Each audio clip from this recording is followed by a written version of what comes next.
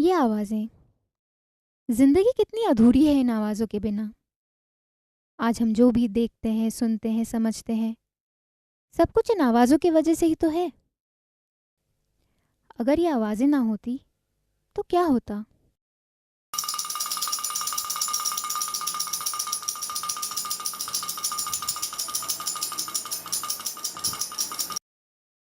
शायद इसी ख्याल ने मुझे मजबूर किया कि मैं एक ऐसी दुनिया को जाकर देखूं जहां आवाज़ों का कोई वजूद नहीं।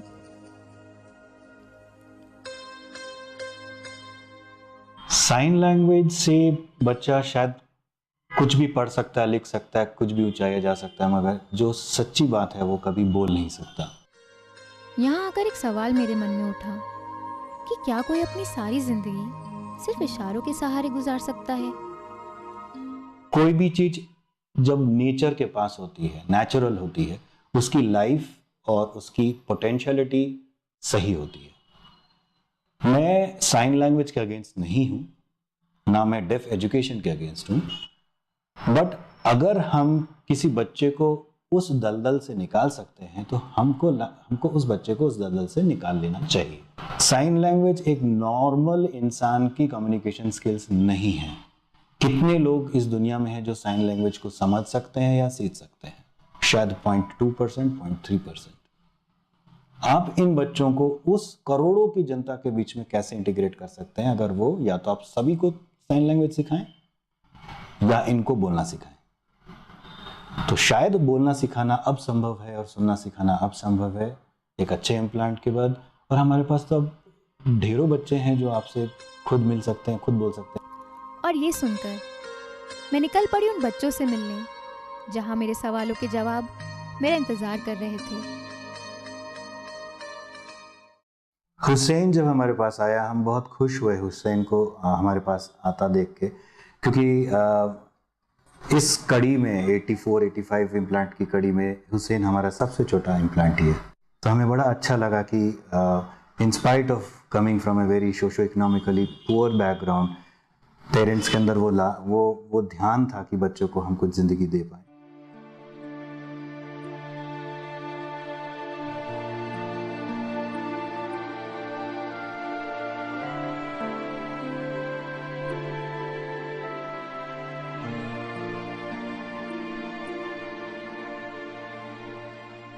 जन का पता हमें चला 6 महीने, मतलब थोड़े से पहले तो 2 महीने पहले से ऐसा एहसास हुआ था कि ऐसा लग रहा है कि हुसैन सुन नहीं रहे।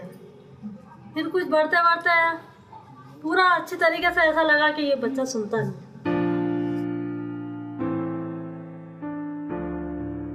हम उनके पास गए, भटनागर सर के पास। फिर उन्होंने जांच करी और जांच करने के बाद उन्होंने हमारे को आगे बताया कि जांच के बाद आज इस टाइम में मतलब जो कॉकोरल इम्प्लांट है तो उससे आपकी समस्या आपके बच्चे की दूर हो जाएगी। पिछले महीने ही हमने उसका ऑपरेट किया। डॉक्टर कीर्तने आए थे बॉम्बे से and everything has went well. Hussain की ज़िंदगी में इस बदलाव का एक सबसे बड़ा कारण था उसकी बड़ी बहन रीनुमा, जो कि उसी की तरह पिछले 9 साल से आवाज़ों से दूर है। इसका हमें वैसे 1.5 साल में मालूम पड़ा था हुसैन की बड़ी बहन का कि कान से नहीं सुन सकती है। तो सुनती नहीं तो बोलेगी कैसे? और वो बोलती है कि स्कूल के लिए बोलती है अब कि मैं नहीं जाऊँगी इस स्कूल में जिसमें बच्चे सुनते नहीं। अब मेरे को ऐसे स्कूल में डालो कि जो मैं बोल सकूँ। और जो हुसैन का कराया ऑपरेशन मेरा भी करवा। हुसैन के पिताजी पुराने वारदात का काम करते हैं और इतनी उनकी वो नहीं है कि जो बच्चे का ऑपरेशन करा सके। इसलिए हमने किसी से मदद मांगी, सर गवर्नमेंट से मांगी, इधर उधर से करके पैसा बहुत लगा था, इधर उधर से करके बच्चे का ऑपरेशन। साहब ने हमारे से बोला कि जब हम तुम्हारा साथ हैं तो घबराने की कोई जरूरत नहीं।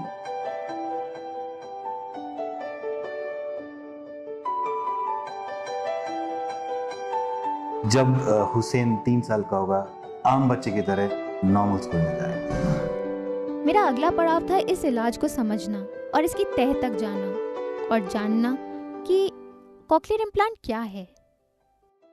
कान का जो सुनने का जो मुख्य अंग है वो अगर खराब हो तो उससे आगे दिमाग तक आवाजें नहीं पहुंचती हैं। और जब तक दिमाग तक आवाजें नहीं पहुंचेंगी तो उनको समझना और प्रयोग में लाना संभव नहीं। कॉक्लिया हमारे अंदर के कान का एक ऐसा हिस्सा है जो सुनने में मदद करता है। अब जब ये कॉक्लिया का फंक्शन ठीक नहीं होता है तो किसी न किसी तरह कॉक्लिया का फंक्शन कोई चीज़ से हमको शुरू करना होता है ताकि वो इम्पल्सेस जनरेट करके नर्व्स द्वारा दिमाग तक पहुंचा सके। ये इसी को कॉक्लियर इम्प्लांट कहते हैं, इसी यंत्र को। कॉक्लियर इम्प्लांट का जो बाहरी हिस्सा है जो कॉक्लिया का काम करके इलेक्ट्रिकल सिग्नल शरीर के बाहर तैयार करता है, और अभी क्या बचा है कि ये सिग्नल कान के नस तक पहुंचा दे। यहां से एक ट्रांसमीटर पॉइंट जो होती है वो ये सिग्नल अंदर भेज के कान के नस तक पहुंचाती है।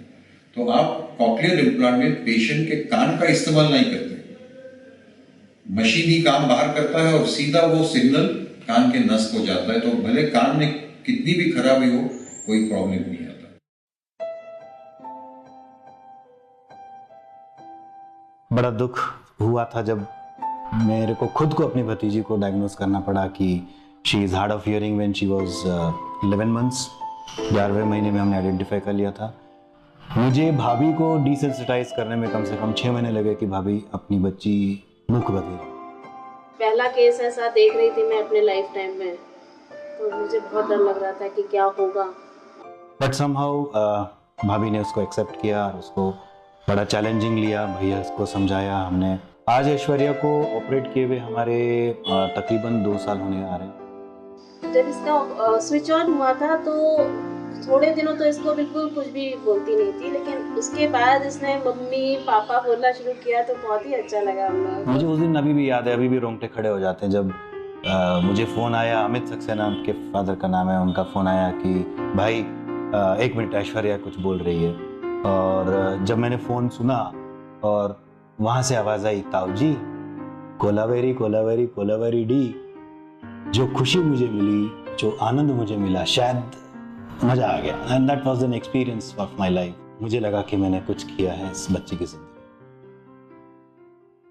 अभी ऐश्वर्या की उम्र 4.5 साल की है और ऑपरेशन के बाद तो ड्रास्टिक चेंज आया है इसके लाइफ में। इससे पहले तो इसका बिल्कुल साइलेंट था, बिल्कुल कुछ भी रिस्पॉन्स नहीं था। हम पीछे ऐश्वर्या ऐश्वर्या कहते रह जाते थे, वो मुड़ के भी नहीं देखती थी। और अब हम कभी कभी बोलना पड़ता है ऐश्वर्या चुप हो जाओ थोड़ा सा। सक्सेस रेट जो है वो काफी चीजों पे डिपेंड करता है। ऐसे नहीं कि इम्प्लांट डाल दिया पेशेंट बोलने लगा। ये इम्प्लांट डालने के बाद जो ऑडियोलॉजिस्ट मैपिंग या सेटिंग करते हैं इसका, ये बहुत अहम रखता है। और जो डेफ टीचर्स होते हैं जो बच्चों को पढ़ाते हैं, उनका काम मैं कहूँगा 90%। बिल्कुल, स्पीच थेरेपी तो बहुत ज़रूरी है। अगर वो नहीं होती आज इसकी तो मैं ये समझती हूँ जो ये बोल रही है समझ रही है, मैं क्या से आधा भी नहीं कर पाती। ये जो एबीटी थेरेपी जो हम देते हैं बच्चों को, ये बेसिकली हम बच्चे को थेरेपी नहीं देके हम एक फैमिली को थेरेपी देते हैं। जिन बच्चों के पेरेंट फादर के पास उतना टाइम नहीं है, वो उतने बच्चों से अपने इंटरेक्ट नहीं कर पाते हैं, उनमें वो चेंजेस थोड़े रेस्ट्रिक्टेड होते हैं। जबकि एक फादर जब बच्चे के साथ इन्वॉल्व होता है तो बच्चे में बहुत अच्छे चेंजेस आते हैं। 4 5 रोनिका एक बहुत ही bubbly happy go lucky girl है और हम बड़े खुश होते हैं उसको देख के, क्योंकि वो शायद ये हैप्पी गो लकी गर्ल शायद कभी नहीं बन पाती अगर उसको इम्प्लांट नहीं हुआ होता। 2 साल 2 महीने 2 दिन की थी जब उसका हमने कॉक्लियर इम्प्लांट किया था। रोनिका मतलब मेरी लाइफ है। उसका फ्यूचर को देखते हुए सबसे मेन था कि कैसे भी हो ये काम करना ज़रूरी है, क्योंकि हम उसको जो आज गिफ्ट दे रहे वो उसके लिए सबसे ज़्यादा कीमती है। जो इम्प्लांट लगा है वो एक उसका एक शरीर का एक अंग है।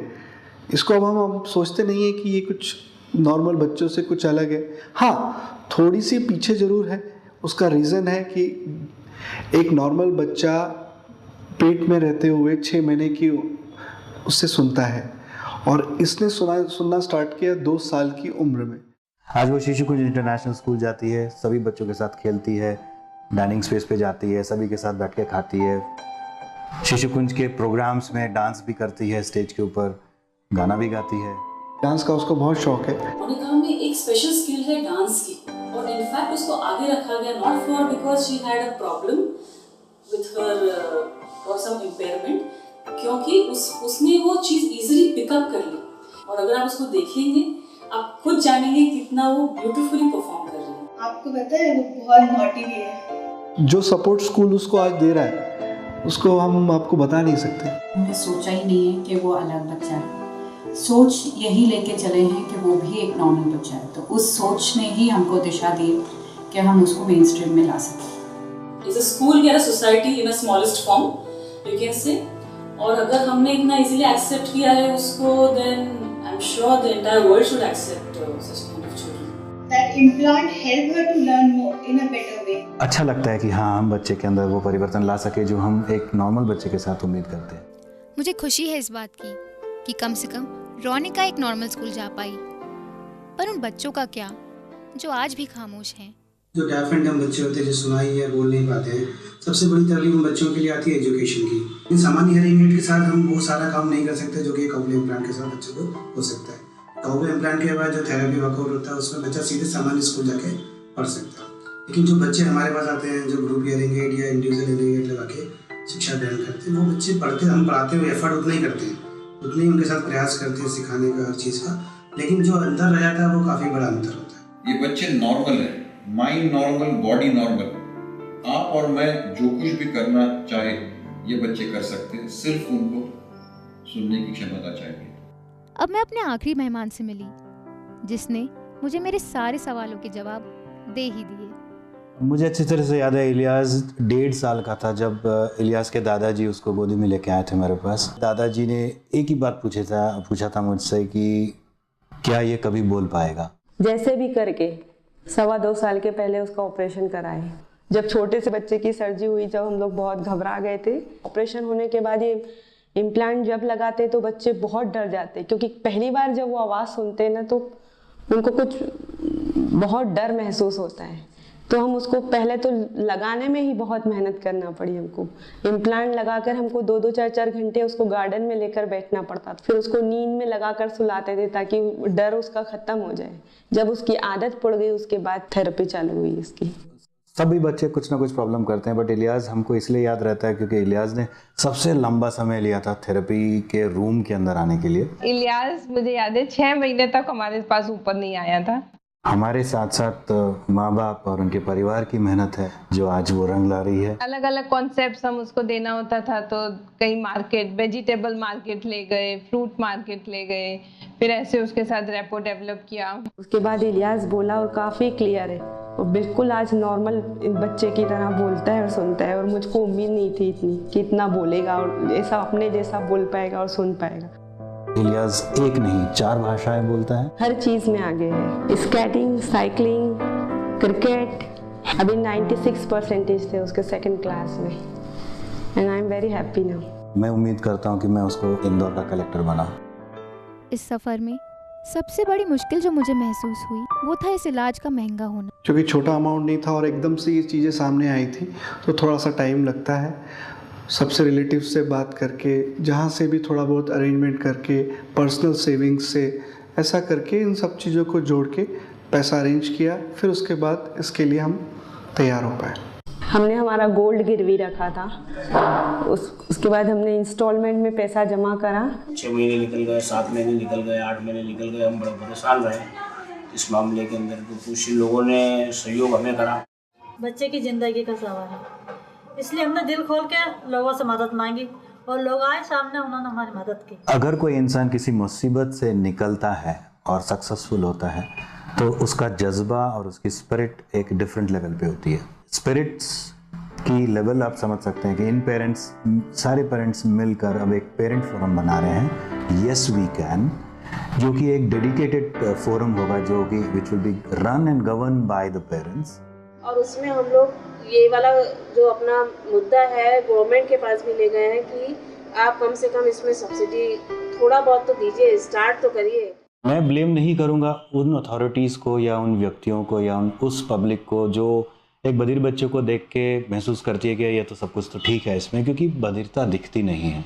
और अनफॉर्चुनेटली अपने कंट्री में कुछ लाखों बच्चे ऐसे हैं जो शायद सोसाइटी और देश के मेन स्ट्रीम में आराम से लाए जा सकते हैं। बिल्कुल भी डरे नहीं, अपना एडवांस इतनी टेक्नोलॉजी हो गई है, इतने अच्छे अच्छे इंस्ट्रूमेंट्स आ गए हैं, तो कराने में बिल्कुल भी हेजिटेशन नहीं होनी चाहिए। ये बच्चे की ज़िंदगी का सवाल है, अपना सब कुछ दांव पे लगाकर इम्प्लांट कराएं। They will do whatever you, I or anybody can do. Cochlear implant और आपकी हिम्मत बच्चे की ज़िंदगी ज़रूर बदलेगी। हाँ, आवाज़ों के बिना ज़िंदगी अधूरी है। यही एक जवाब मुझे मेरे सफ़र में बार बार मिला। इस खामोशी को ख़त्म करने का तरीका भी मिला और ये आस जगी कि एक दिन ये फैली हुई खामोशी एक गूंज ज़रूर बनेगी।